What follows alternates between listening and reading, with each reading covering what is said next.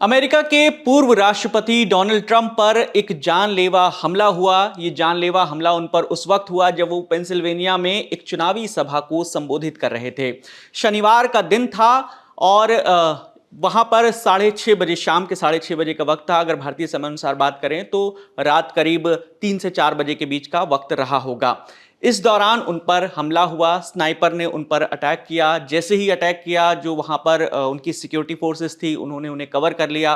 तत्काल उनको हॉस्पिटल ले जाया गया। अभी वो फिलहाल खतरे से बाहर हैं और स्नाइपर की जो है वो भी मारा गया है काउंटर ऑपरेशन में। इस पूरी घटना पर और तमाम जो सवाल हैं उन सब चीज़ों पर बात करने के लिए हमारे साथी अभिषेक हैं। अभिषेक दुनियादारी को कवर, जो हमारा शो आता है वो कवर करते हैं, वो लिखते हैं और आप तक इंटरनेशनल जो खबरें हैं वो पहुंचाते हैं। इस पर उनका अच्छा काम है। अभिषेक बताइए, एक तो सबसे पहले हमें ये बता दीजिए कि ये जो हमने ये फोटो हम देख रहे हैं और इसमें इनके जो सिक्योरिटी फोर्सेस खड़ी है, तो जो एक्स प्रेसिडेंट होता है उसका सिक्योरिटी प्रोटोकॉल क्या होता है?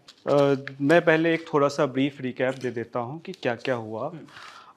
जो अगर आप कह सकें तो इंटरनेशनल रिलेशन या फिर यूएस पॉलिटिक्स की इस साल की अब तक की सबसे बड़ी घटना है, क्योंकि आज है 14 जुलाई और कल से रिपब्लिकन पार्टी का नेशनल कन्वेंशन शुरू होने वाला है। नेशनल कन्वेंशन में होता यह है कि जो पार्टी के कैंडिडेट होते हैं प्रेसिडेंशियल इलेक्शन के लिए, उनके नाम पर मुहर लगती है।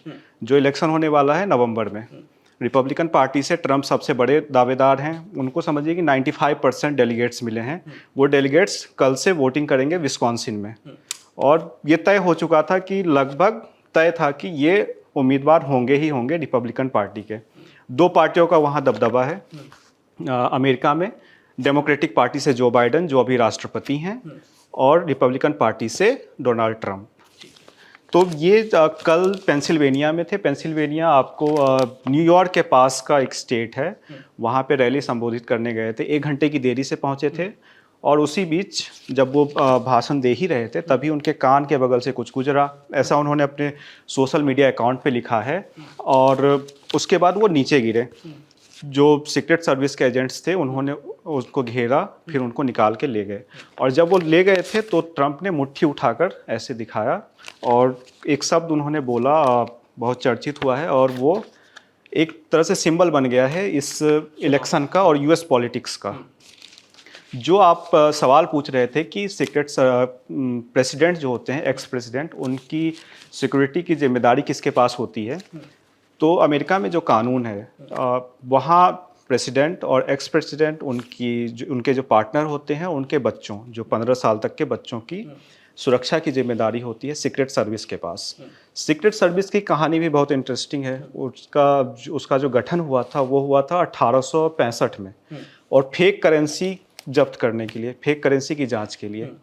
लेकिन बाद में फिर कुछ प्रेसिडेंट्स की हत्या हुई, जैसे अब्राहम लिंकन की 1865 में, एक विलियम मैकिनली थे 1901 में, उनकी हत्या। उसके बाद आया कि सीक्रेट सर्विस अब राष्ट्रपति की सुरक्षा की जिम्मेदारी देखेगी। वहाँ की सबसे एलीट फोर्स है? सबसे एलीट फोर्स है, और उसमें वो उन लोगों की सुरक्षा करती है जो टॉप लीडर्स हैं।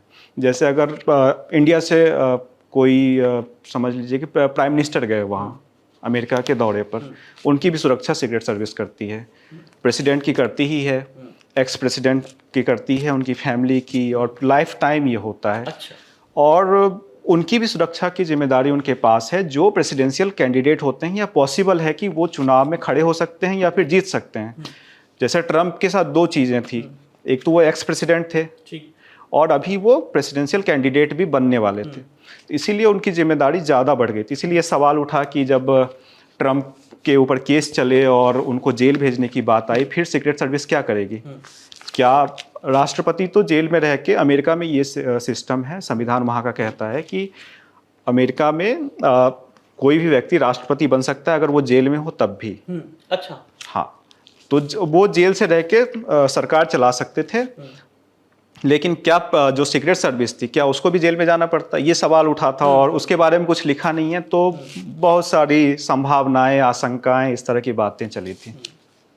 अच्छा, ये बताइए, ये जो अटैक हुआ पूर्व प्रेसिडेंट पर, दुनिया भर से क्या रिएक्शन है? सबसे पहले जो बाइडन ने क्या कहा वो? जो बाइडन कहीं छुट्टी मनाने गए हुए थे, उन्होंने अपनी छुट्टी कैंसिल की, वापस आए और उन्होंने कहा कि मैंने ट्रंप से बात की है, उनकी सलामती की दुआ की है।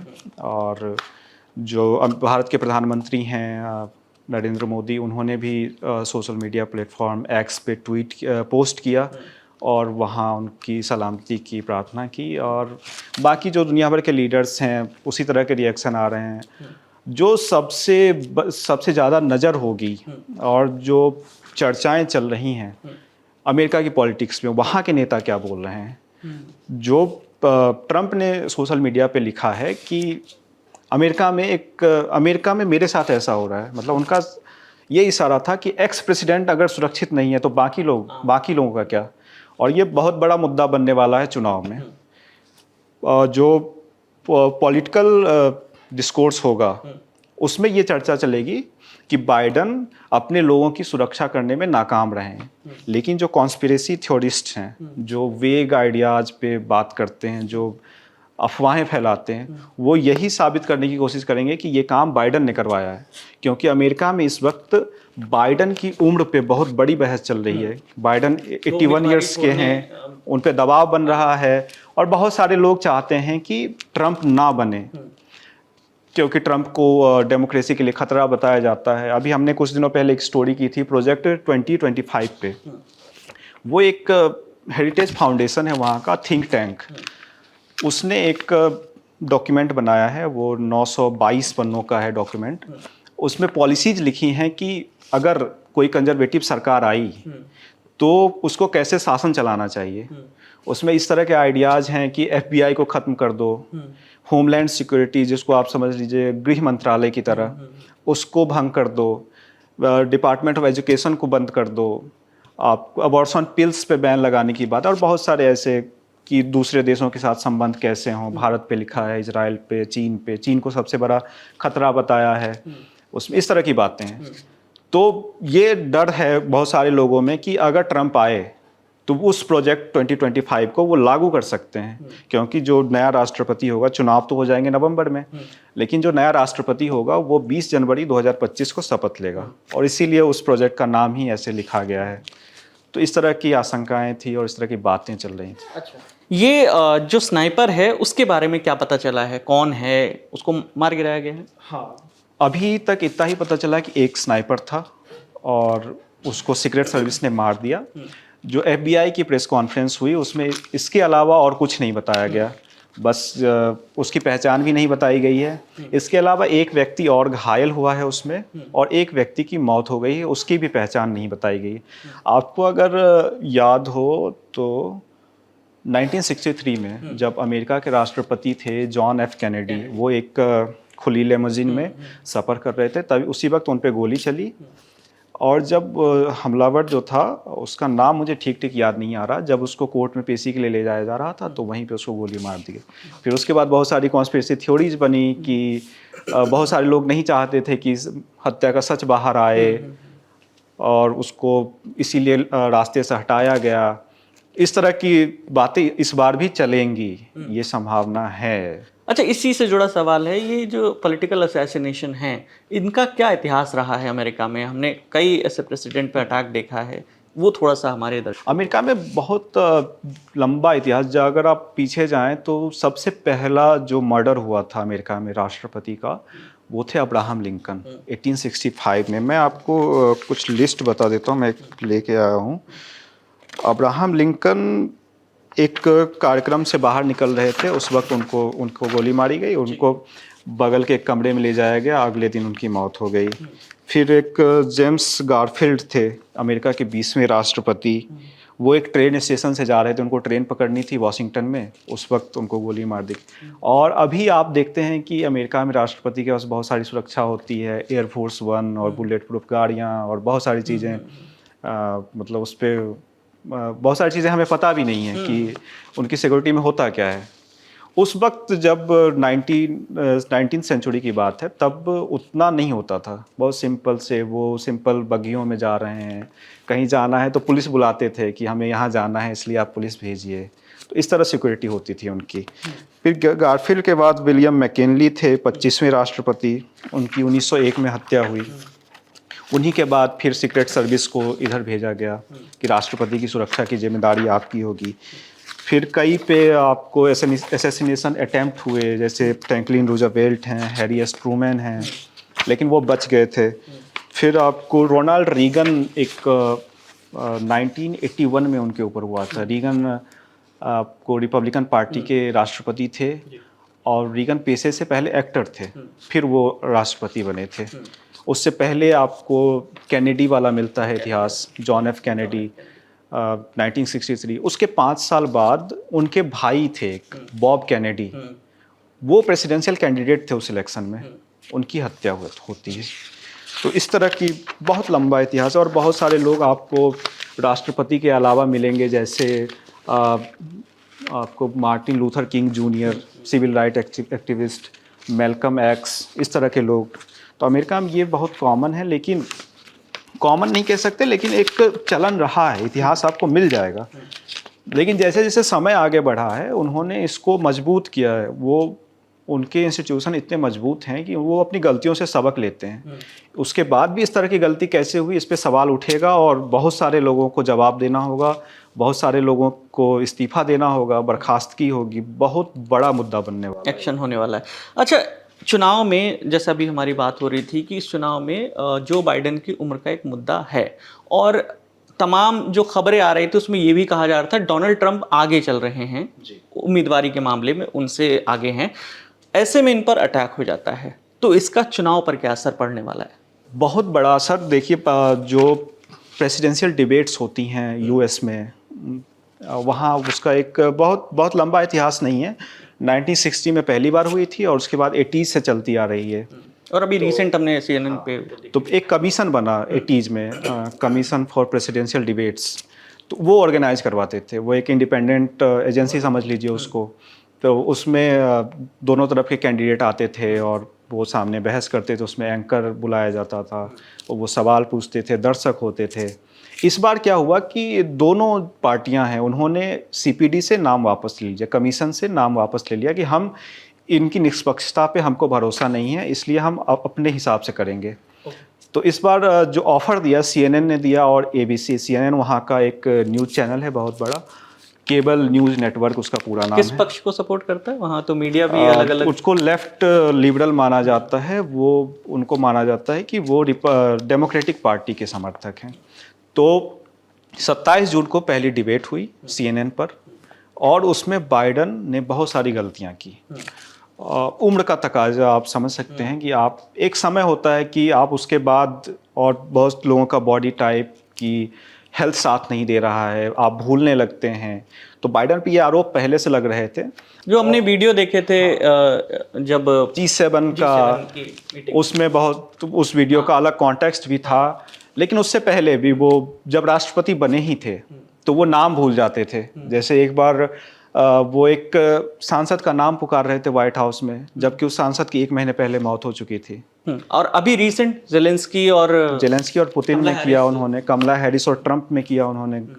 तो 27 जून को जो डिबेट हुई उसमें उनकी बहुत सारी खामियां नजर आईं। वो अटक रहे थे और पब्लिक बहुत माइनर चीज़ों पे नज़र रखती है। डिबेट सब लोग नहीं देखते, पूरा नहीं देखते, ये आप मान के चलिएगा। और जो क्लिप्स चलती हैं उसी के आधार पे बहुत सारे लोगों का मूड, परसेप्शन बनता है कि वो शख्स कैसा है, कितना ताकतवर है, क्या वो हमारे मुद्दों को सामने रख पाएगा और क्या वो आदमी हमारा राष्ट्रपति बनने के काबिल है या नहीं। तो बाइडन वहाँ पे दबे, पिछड़े, और जो पोल्स हुए डिबेट्स के बाद उसमें उनकी हार तय थी, मतलब वो हारे।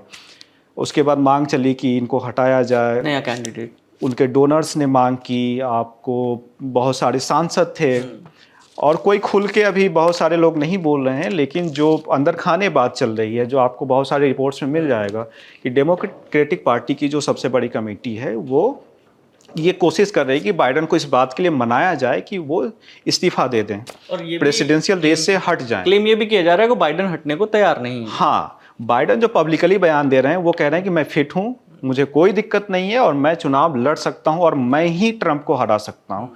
तो वो मैं वाली बात है। अगर वो खुद से नहीं हटते तो उनको हटाने का कोई प्रोविजन है नहीं। अभी तक आज तक हुआ नहीं कि आप डेलीगेट्स इतने जीत चुके हों।